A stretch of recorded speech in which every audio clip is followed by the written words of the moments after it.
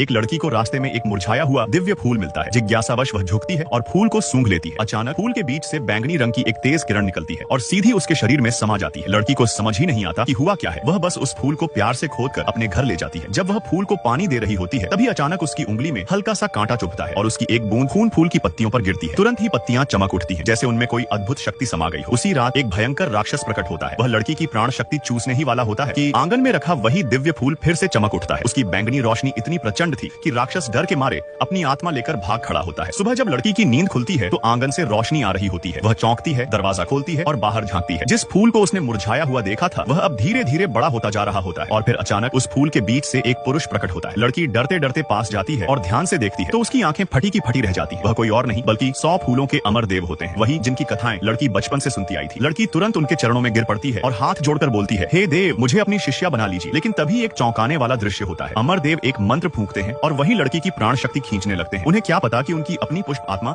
अब उसी लड़की के शरीर में समा चुकी है। यदि वे उस पर आघात करते हैं तो उन्हें स्वयं पर भी भयंकर प्रतिशोध झेलना पड़ता है।